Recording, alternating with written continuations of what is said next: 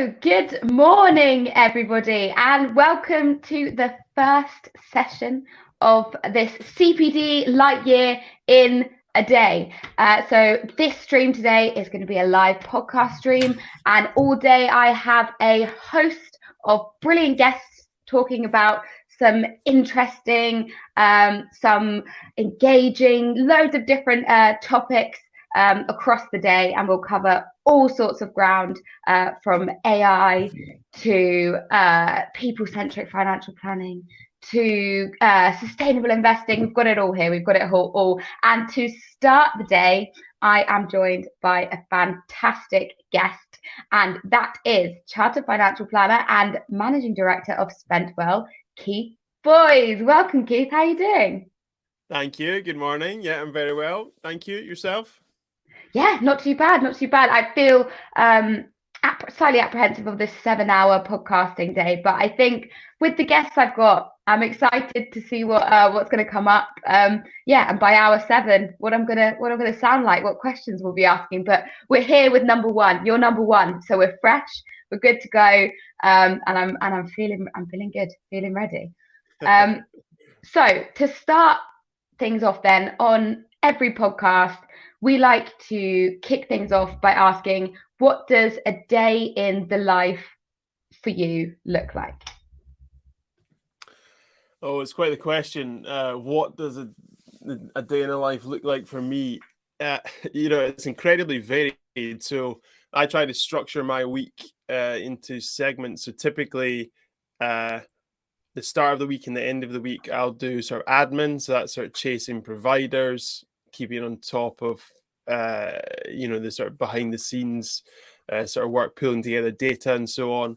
And then Tuesday, Wednesday and Thursday are very much sort of focused meeting days. So that's when I'll have meetings, sort of finalizing things, sort of post-meeting things, or going out and meet people. So business development. So that's how I tried to sort of structure it with those sort of bookends either side of the week to sort of, catch up with providers. However, the joys of providers means it's not as easy to get in touch with these guys, so that does bleed in at times throughout the week. But that's sort of typically how I structure it. But in terms of sort of that typical day, I think the wonderful thing about financial planning is there's no typical day, there's no same day. One day, you take last week as an example, where I've had 2-hour meeting with a new client. And I'm simply sitting there, to be honest, enjoying a great conversation, really sort of listening and taking it in. Lovely position to be in. So you come away from that and then, you're thrust straight into, a problem with, I won't name the provider, and suddenly you're in firefighting mode and feeling sort of, slightly anxious at the issue that's at hand. And then you move away from that, eventually resolve that, and then you're into sort of report writing, drafting up a report for another client who's, about to retire. So it's a very sort of varied day. It just depends what's going on. And I've been doing some coaching stuff with a sort of family friend, so that sort of formed part of my day last week. Trying to improve myself. So I think that's a wonderful thing about the world of financial planning is no day is the same. Which is both wonderful and challenging at times. Yeah, I can imagine. And you kind of you mentioned there, having a lovely conversation with people and then having to firefight with providers and on that side of things. So I think you can kind of get a sense of what you like doing more rather than some other things, which kind of leads nicely into what we're going to be talking about today. And it's that kind of people-centric side of financial planning. So to just kick things off, what does people-centric financial planning mean to you, and how does it differ from perhaps traditional ideas of or approaches to financial planning? Yeah, I think to be sort of simplify it, there's maybe sort of two schools of thought, and actually there's probably a client perception as to what financial planning is in that it's products. So it's you deal with pensions or investments, I've got this pain point. You can help me because my investment hasn't performed well. What solution have you got? That's sort of one element of it. That sort of more people-focused element is actually, it flips it the other way. We don't even talk about the product. That's not even particularly relevant at this point. It's about you. So where are you in your life right now? What's important to you? Actually, what's happened to you in your history with money? And how's that shaped your own behaviors with money to get you to where you are now? And with that in mind, looking forward, where do you want to get to? How can we sort of support you in that respect? So we completely strip out that conversation about product.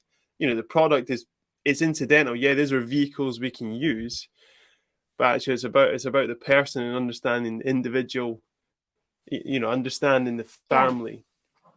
And actually, I think a key part of that is actually, being being there for a person. So actually listening to someone. How often, Amelia, do you get the chance to sit for a couple hours and talk about you, Yeah. and not just at a high level? How are you doing? Yeah, I'm okay. That doesn't mean anything at a really sort of deep level. So if we're in the ocean, not just sort of skimming the stone along the top, actually sort of diving deep into what's important to you. That's sort of people centric planning, and that's where you really start to get buy-in with clients, because they're sitting there thinking, wow, I've never had this chance to even talk about myself, because I'm getting hit from left, right, and center with kids, with work, dealing with sort of the daily sort of grind of admin and life. I've never really had the chance to talk about me and what's important to me. This is great. This is quite interesting. Oh, and this is quite surprising. You're not just trying to tell me, right, do a pension, do an ISA, and here's an inheritance tax vehicle you can use. Well, what even is that? Is that even relevant? So that's people-centric planning for me. It's focused on, people, understanding them, what's important to them in life. And by the way, some of the best stuff we do doesn't involve a product. It is actually just being a bit of a, wise counsel, being a bit of an accountability partner for people, and sort of being that guiding hand. If you look at the story arcs of any great film that you've watched, Pixar are great at this. This is why Pixar and Disney are so brilliant. Mm. You know, we, we're not the hero in the story, the advisor. We make the client the hero, and we're just simply, sort of guiding hand on that journey to get them where they want to be. That's what sort of people-centric financial planning is. Yeah, I mean, that is a fantastic overview, I think, and really shows, what it can be, and what results you can get from it. And there's one thing I really wanted to kind of pick up from that, and that's, you mentioned, how often do you get 2 hours to talk about yourself? There's so many distractions of life, and I guess the other side is, how often do you get 2 hours to not just talk about yourself, but reflect on things and actually be prompted to ask yourself questions that you perhaps had never thought of? And so you might even come in with an idea of what you think you want. And, I've sat down, I've thought about it, I've had a chat with my partner or, family or whoever. But then you're asked these questions and you start to dig in a little bit deeper in a way that perhaps even you hadn't realized that there was other things going on. There's other things that you wanted. And so to be able to help people understand themselves beyond being a planner, being to understand them, this kind of relationship, which you can then get to a point where somebody can really hone in on what is important to me and why is it important, and how can I make that kind of life that I didn't even realize is what I wanted to prioritize. Yeah, so true. And I think, in that respect, the interesting thing about those conversations are that people are carrying, a lot of baggage with them that they don't even realize. They might be in their 30s, 40s, 50s, wherever it is they are in that stage of life, but they've had moments in time. They've had, things happen to them, relatives pass, or influences from their friends, their families, and so on, that they've sort of subconsciously absorbed.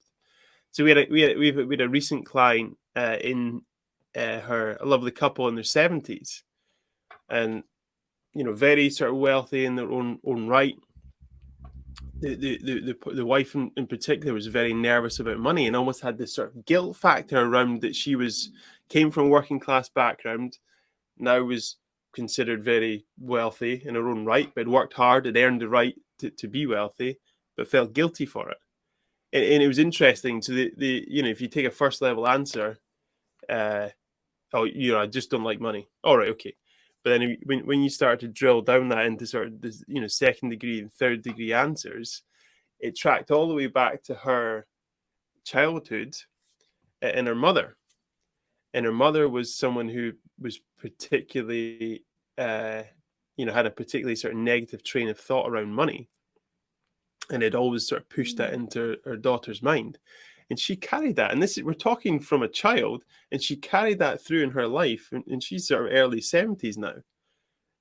And she suddenly had this moment of realization, wow, I've carried this all the way through from my mother's influence, and it's given me this negative perception of money. And I'm not saying we necessarily change that bias in that conversation, but there was a realization point for her as to where this sort of, stress and worry had come from. And we sort of talked around how you could potentially reframe that. And actually, that was a conversation that she got quite emotional about. It is quite emotional when you sort of go back in your past. So just maybe a slight tangent, but I just think it's interesting in how you can, carry these certain things that can have such an important play in your life and influence your money behaviors. And actually just taking that moment to reflect, as you touched on there, can be hugely powerful. Absolutely. And I mean, this is what we want to try and achieve as planners. So I guess moving from that is how do we get there? I hear a story like that and it sounds brilliant. And this headline of, like people centric, we want to drive these conversations.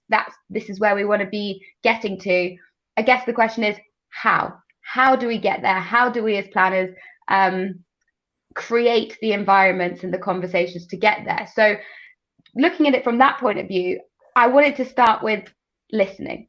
And clearly that's, a core aspect of this idea of people-centric financial planning. And not only listening, but kind of specifically active listening.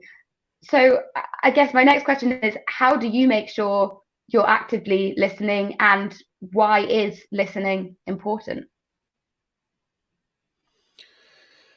Yeah, and I think it's, listening is, I'd put that up there as the number one skill we should have as financial planners. Actually, humans, it's the number one skill we should have. If you think about the breakdown in anything in life, so the breakdown of a relationship, you can usually link some form of my partner didn't listen to me, didn't listen to my feelings, what I want, didn't really understand me. You think of a corporate breakup or, tensions within companies. It's, a lot of the time it usually, boils down to communication. So not listening or truly understanding the other side. So that's why that's hugely powerful in financial planning. If we want to get buy-in from clients, to be listened, to be listened is to be seen, is to be understood. Don't we just all want to be understood in life? And have someone who's sort of willing to just, be that ear. So, I think the challenge for us in financial planning is the entry point is if we've come from university or we've done our professional exams, it is very technical focused. Of course, we need to understand that technical side. And by that, I'm talking about understanding, legislation, around HMRC, around pensions, around investments, the technicalities around that. Now, yes, we need to understand that. That's important, but it's pushed too far in that direction. Now, I think the CISI are probably slightly better in this, and they've tweaked their approach to be more softer, where you can sort of employ some of the skills. And I think ultimately we do have to learn to be good listeners. And I think that's something that we're probably short of in the industry. And there's the Institute of Financial Wellbeing as an example. I think they're doing some good stuff in this space as well. But we need to go out and seek beyond our own qualifications. So, getting diploma chartered is ultimately, it's a hygiene point. It's the basic standards. beyond that, it's then sort of pushing actively. How can I continue to become a better listener? Now, I think I'm a good listener. Will I ever say I'm perfect? No, I'll always seek to make that better. I think one of the simple things, and I think we may have talked about this a few weeks ago, Amelia, was, simple exercise. You can do this yourself. You don't need to go on a training course. You can do this, practice this yourself in your daily life. I sort of termed it STEM. So when you're having a conversation with someone, you might be on your laptop, on your phone, stop what you're doing. Just completely stop what you're doing. And then, shift your gaze to that person. So turn to that person and then just make eye contact as I'm making sort of eye contact with you right now. And then in that moment, just take a deep breath. And that just, that deep breath just clears your mind. Stop, turn, eyes, mind. And it just clears your mind from all the clutter and distractions in that moment. And then you can be fully focused on that person. And by the way, that person feels that every time. Every time they can see, wow, feel attention on me. And I think that's a key part of what we need to do as financial planners. So when we're having those conversations with clients, if we're actively, truly listening to them, it just gives them room to explore. And that's quite exciting. The challenge for us as planners is to want to come in and give the answer or answer mid-sentence for them because we think we know what train of thought they're on. And by the way, you've probably just completely destroyed, the sort of channel they were going down because you jumped in. Just by sort of giving clients sort of room to breathe, just taking a step back, in actually being silent but being active, nodding your head or giving an occasional grunt or whatever it is you want to let them know you're still listening. And then simple message, okay, interesting, tell me more. And so a lot of the times we do get that level 1 message where someone will present you with a product. I need a pension, or my investments haven't performed. Investment performance is my problem. Pensions is my problem. Okay, is that really the problem here? Let's sort of go a bit deeper. Tell me more. Tell me more. And eventually you start to get to the real sort of nitty gritty of it, which becomes more personal. And that's, the powerful information that we need as planners, because it's not about product, it's about the person. What's important to them in life. So is it about having a pension? Is that the answer? No, it's not.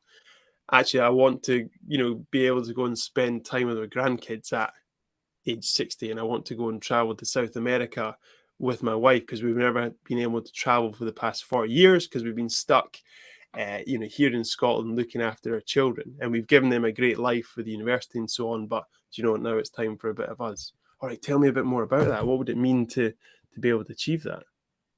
And then off they go. And you get some wild and wacky stuff that's absolutely priceless. So, and that comes from just, listening and asking, good prompts at the right times. But a lot of that is, to be honest, just shutting up and letting clients explore. And clients take that off on exciting tangents that they didn't even know they had the answers to.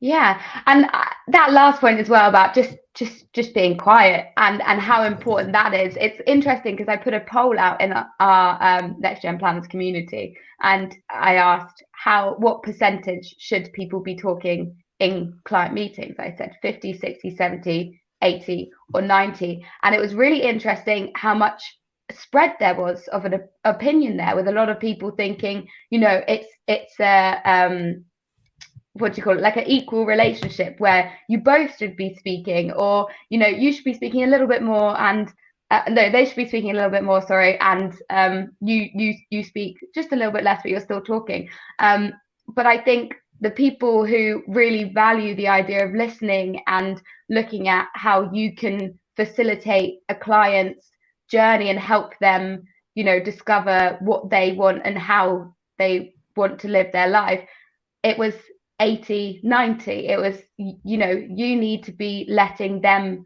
have the reins here. You need to be making sure that you're just, as you said, prompting and not dominating and taking that space. So would you say, would you be 90% of them talking, 10% you talking, or more or less? Where would you sit there? Yeah, so we record all our chats, so they're on video and audio, and we sit at sort of typically 70-80% in terms of that's the client talking versus sort of me talking. When I jump in, it's simply reiterating what the client said, so sort of paraphrasing what they've said, to just sort of firm me up on the message, and then sort of asking sort of follow up sort of prompts, and after that it's back to them. So, you know, can I nudge that higher? Yeah, I think I probably can. I think there's a balancing point though where, you know, you don't want to have 2 hours of absolutely irrelevant waffle.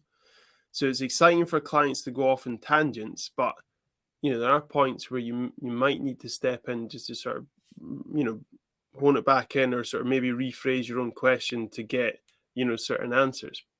But equally, you need to sort of still give clients that room to explore a bit and not sort of jump in halfway through a message. So, so we do that analysis, and I think that'd be useful for other people to do, to see where you sit. 50-50, to be honest, if you're 50-50 in a, you know, in a getting to know you meeting, you're talking too much. You are talking too much. I'm sorry, you're talking too much. That's far too much chat.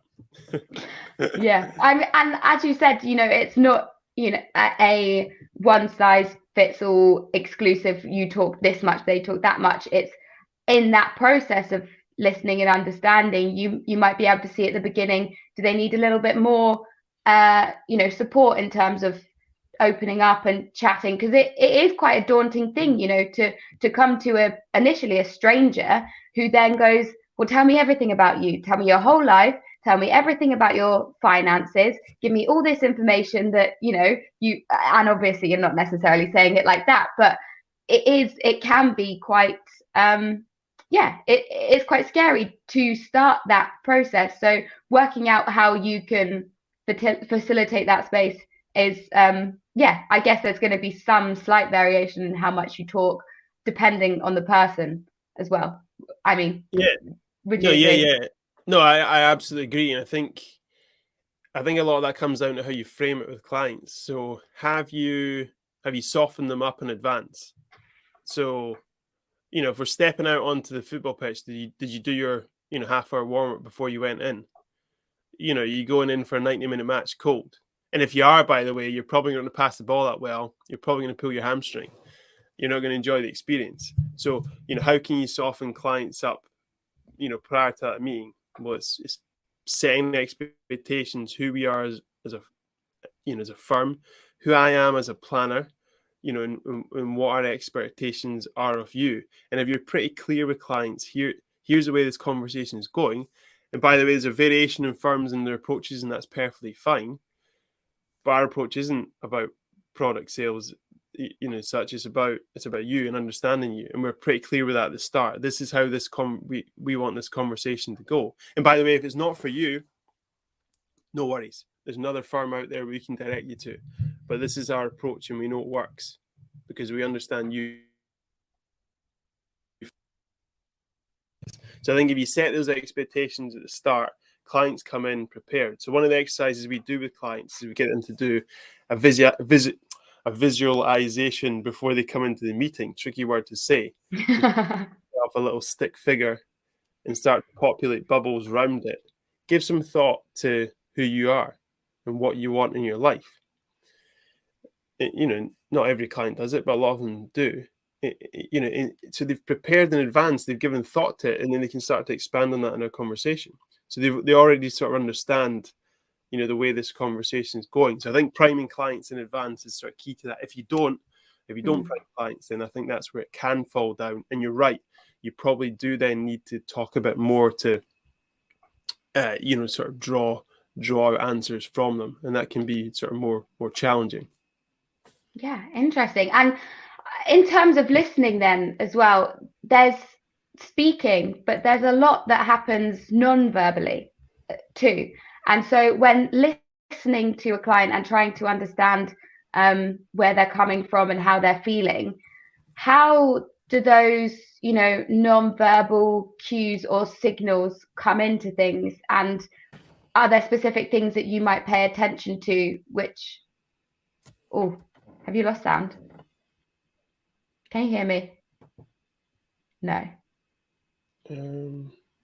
I can hear you. You can't hear me. Let's see what's gone wrong here. We can hear you.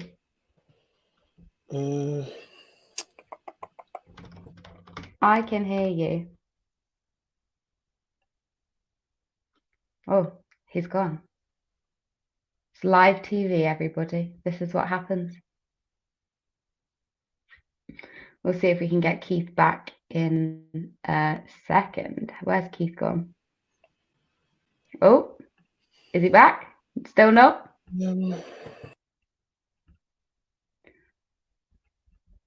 Let's have a little look here. He might just be doing some really good listening, where he's decided not to do any more speaking. How are we going? Sorry, Amelia. Is that me back now? I can hear you. If you can hear me. You can't hear me? Yeah, I can hear you. My apologies. I'm not sure what happened there. That's okay. No worries at all. I should say you could have just been doing some very good listening where you decided to stop talking and let me go. Very kind of you. Very kind.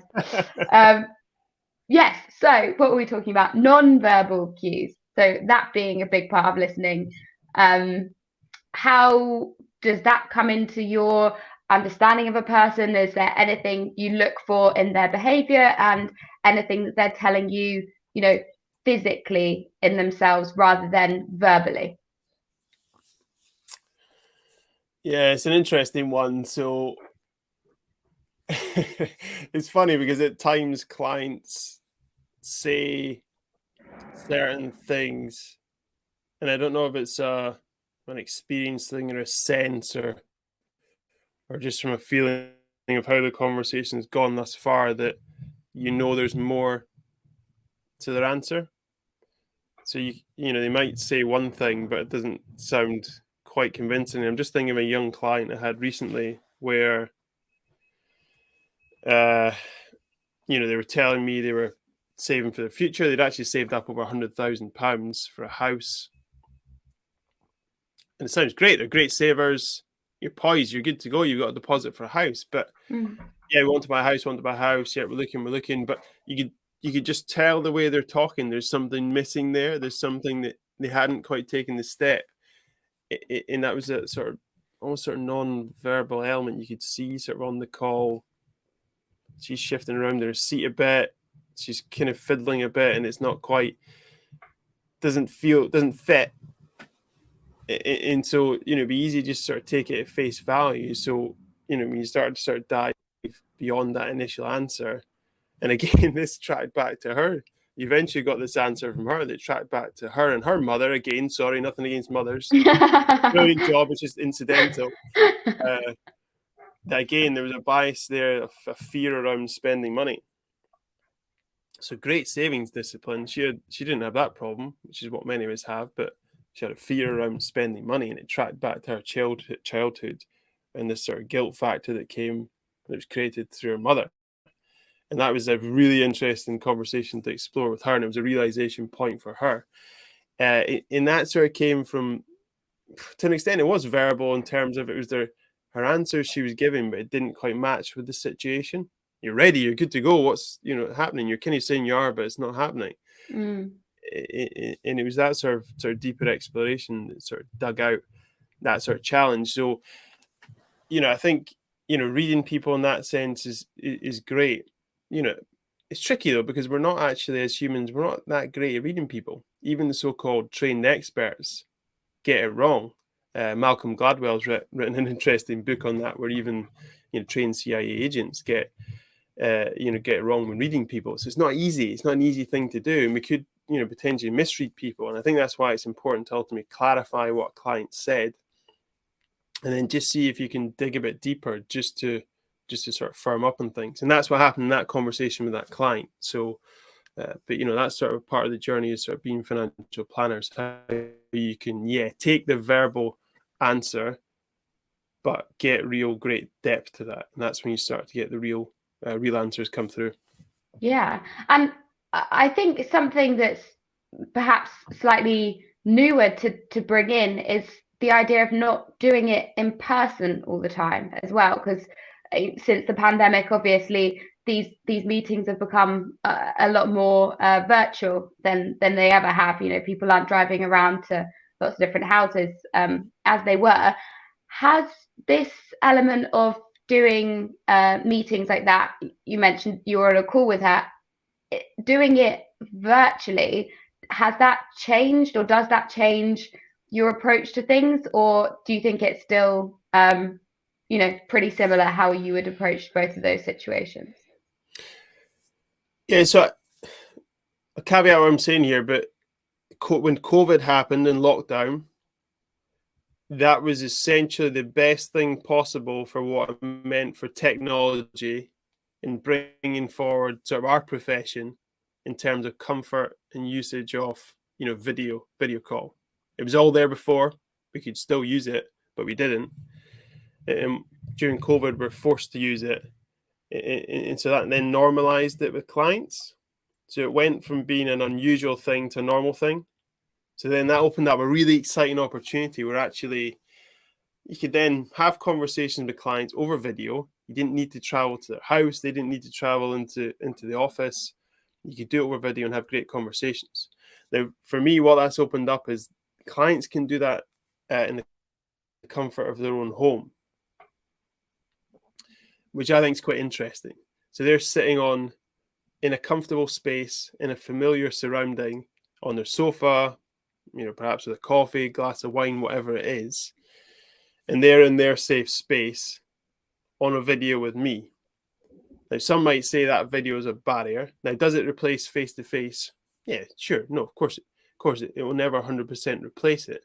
But I think it gives, as an exciting opportunity where clients, that it strips away an element of fear for clients because they're in their own space and they're comfortable. And I think that's what, doing sort of work over video sort of really sort of gives us. So I've actually found it's expanded our conversations with clients because they're more comfortable. They're not stressed because they've not had to fight traffic to get to our office or put sort of kids, pick up kids from nursery or escape, try and find a meeting room in the office while you're still thinking about work at the same time. They're in their own sort of comfortable space. So, I think it's been invaluable, to be honest. Has it changed my approach? It's made me record all my meetings. So I now have visual and audio confirmation and the transcript of what they're saying. And I didn't have that before. And by the way, that's brilliant because you then see these visual things you didn't see before when you revisit the meeting. You then also pick up on your own mistakes as planners. I really shouldn't have jumped in there because she was just about to expand on that. Must, not do that next time. So it's made me better as a planner, being able to revisit those conversations. I think that's, made us sort of understand clients better, to be honest. So have I gone off on a tangent? Does that answer your question about? Yeah, absolutely. Yeah, I think because, there is a line of argument to say, well, if you're not face to face with the person, how can you get a full sense of what they're feeling and how they're reacting to things? But if you add in this whole other dimension of, well, you can actually physically look at those things, you can still see them, you can review it, there's a whole new list of tools you have at your disposal in this online sense. And it doesn't mean that, in-person meetings are over and never going to happen again. And, if a client perhaps would prefer that, then you can obviously make arrangements to do so. But having all of these new available tools is equally as valuable, if not more valuable. And like you said, anything that's kind of pushing the technology of financial planning forward as well is welcome, because there's still a lot of steps that we need to go to be keeping up with the developments that are happening. But I want to move on to the next thing because time is running away with us. We're just chatting and chatting. And that is empathy. So clearly empathy is hugely important in this area of discussion. Is empathy something that you either have or don't have, or is it something that can be cultivated? Yeah, I mean, I think we all have it. I like to think every human has a degree of empathy in them, to be honest. I think sometimes it's perhaps just sort of hidden, because of, sort of other elements. So it's just sort of bringing that to the fore at times, almost sort of reminding yourself to put yourself in the client's shoes, to be honest. So, understand how they're feeling.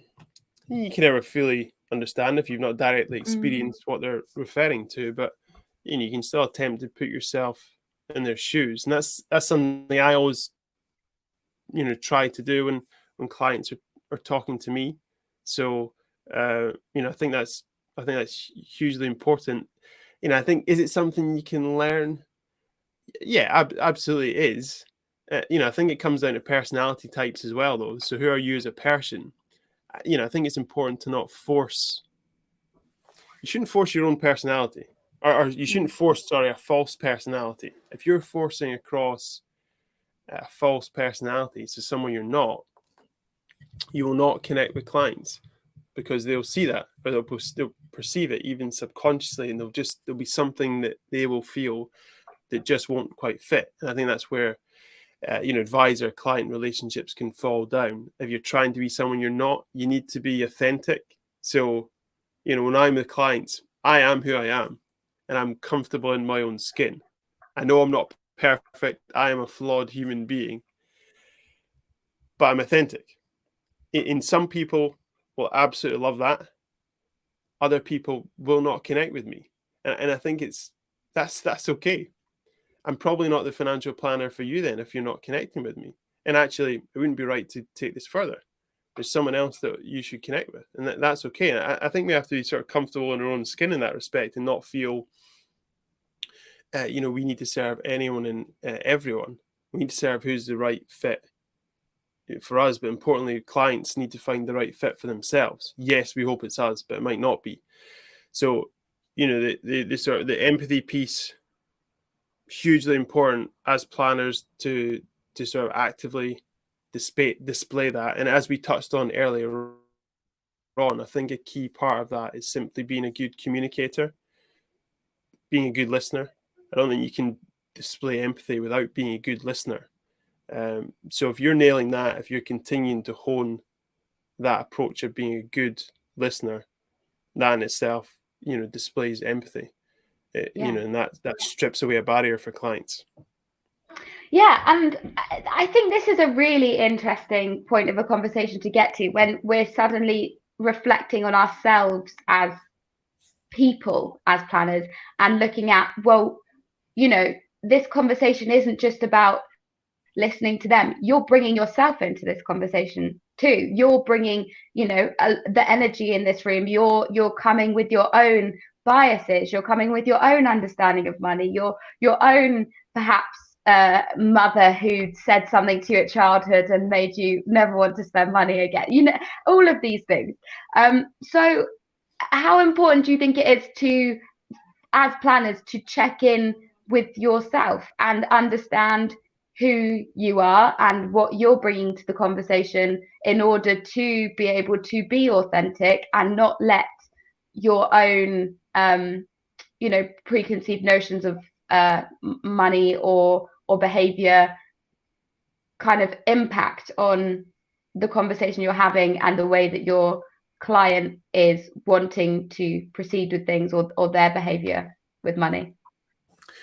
Yeah, it's so interesting. This is a slight tangent, but I think it's still relevant. So to what you're saying. So I've been doing some work with a family friend recently, talking, just sort of doing a bit of sort of self-reflection, seeing how we can grow the business and so on. And as we're sort of talking, it transpires, we're talking about sort of me and the business. When I'm presenting the business, or me, I'll talk about we. We do this here at Spentwell. We do this. Yeah, we're really good at X, Y, and Z. And he said to me, why are you saying we? all the time. Why are you not talking about I?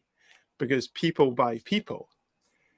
And there was a sort of blocker there, a sort of barrier in the terms of the language and framing I'm using with myself.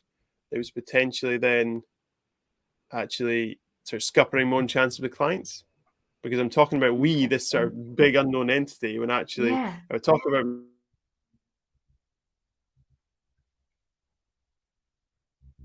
Oh, So why am I not talking about I in all the wonderful things I can do for clients?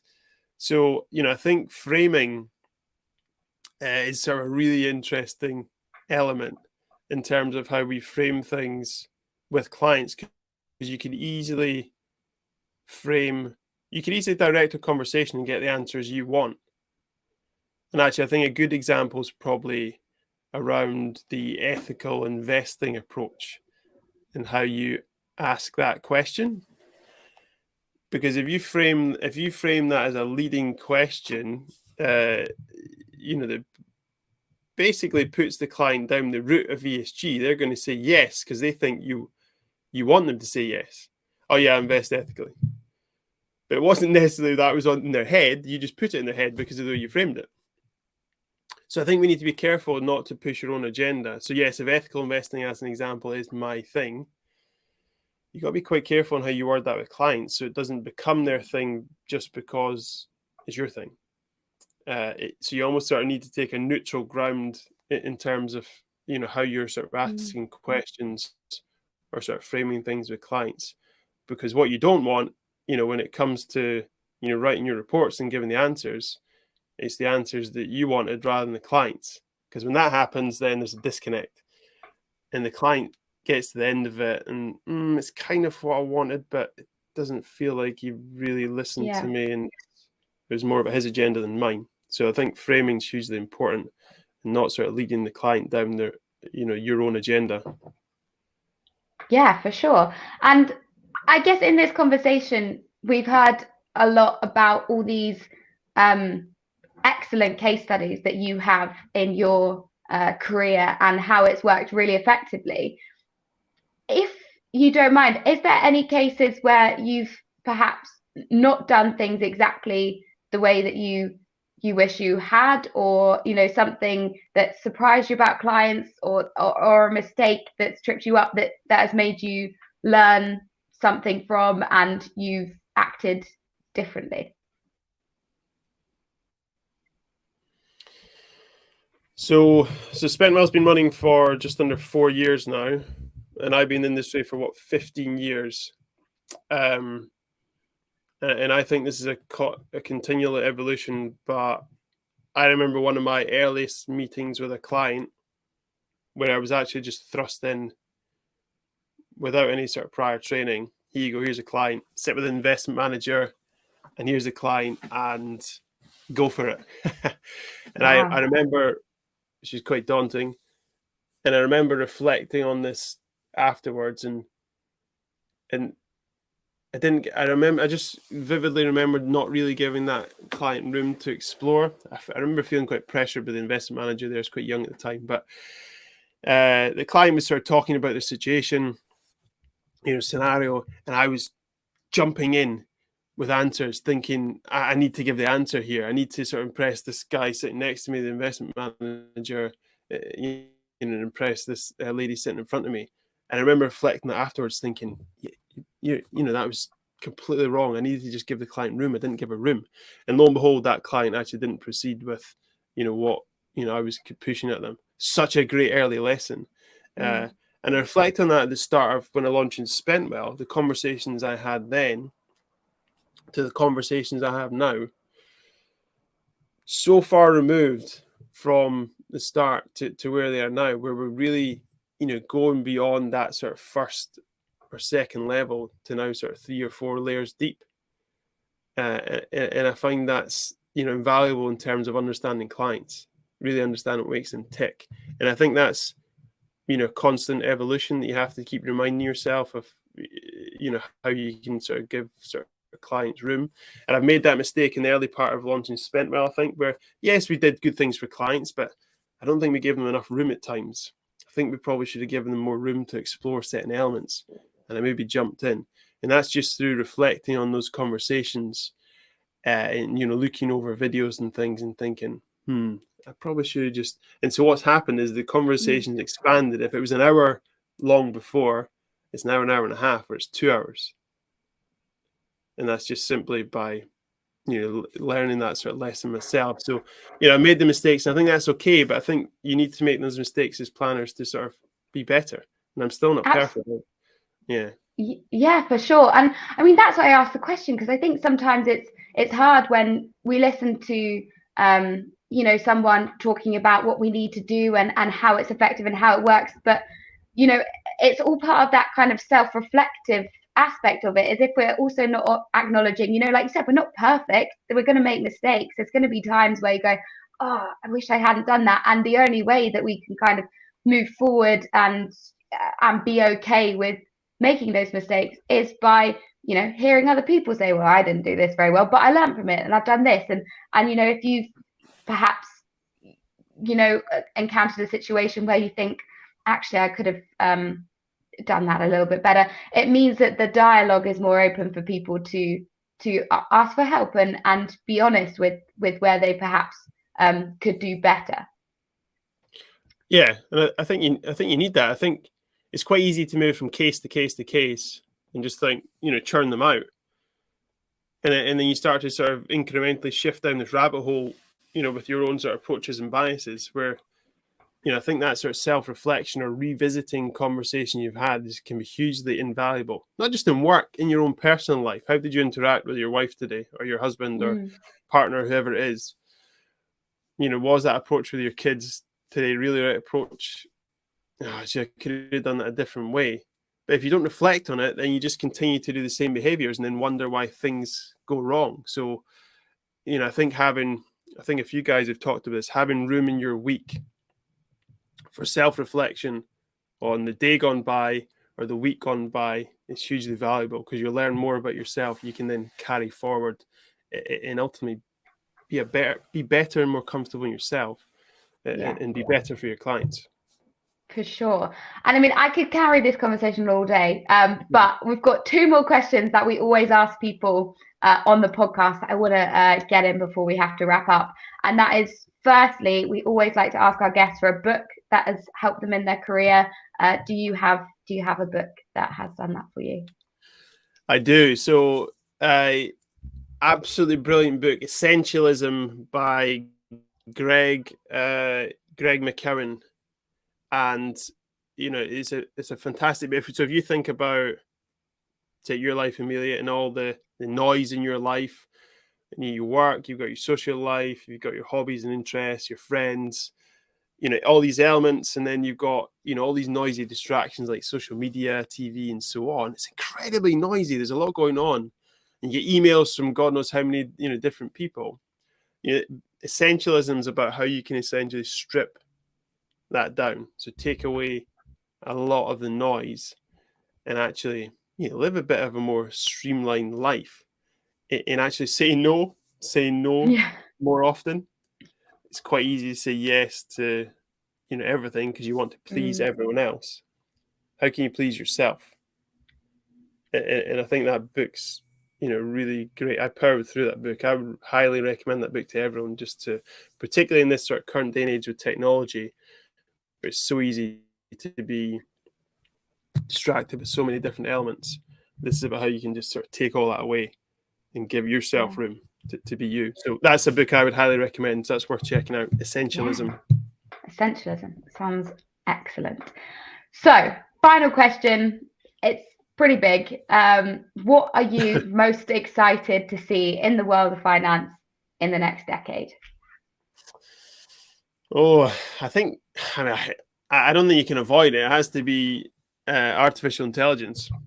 So how can we pull this into our profession and embrace it? And I think it would be easy to be scared or intimidated by that in the direction it might move. We need to lean in and see how we can use it, leverage it to make the back office function better, to make our conversations better? How can we use AI going forward in the profession? I think that's hugely exciting. And in terms of the possibilities, are huge. It could free up a lot of our time. It could give us a lot, take away a lot of the admin faff that we do in behind the scenes and free up our time to have better client conversations, to be honest. So I think that's a hugely exciting development, and we're a long way off understanding it. But I think if we can lean in, it can make a big difference. Excellent answer. And I think that's a perfect place to end. We're being told we've got to wrap up now. So I will just say thank you so much, Keith. That was a fantastic discussion. I really enjoyed it. And some brilliant practical points to take away as well. But thank you very much for joining me this morning. Thank you. That was great. Thank you very much. That was brilliant. Thank you. Thank you.